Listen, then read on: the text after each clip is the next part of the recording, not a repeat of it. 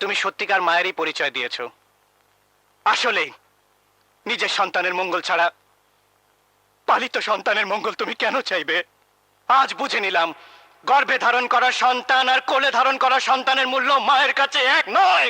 তাহলে গর্ভে ধারণ করা সন্তান আর কোলে ধারণ করা সন্তানের ব্যবধান আমি আজ তোকে দেখাবো। কি দেখাবে? আর কি দেখাতে চাও তুমি?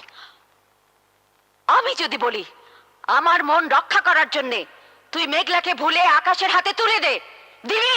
না না না, আমি পারবো না, কিছুতে না। আকাশ, আমার খুশির জন্য তুই মেঘলাকে চিরদিনের জন্য ভুলে রাজুর হাতে তুলে দিতে পারবি? কি যে বলো মা, তোমার খুশির জন্য আমি একটা মেঘলা কেন, হাজারো মেঘলাকে কোরবান করে দিতে পারি। দেখেছিস, দেখেছিস?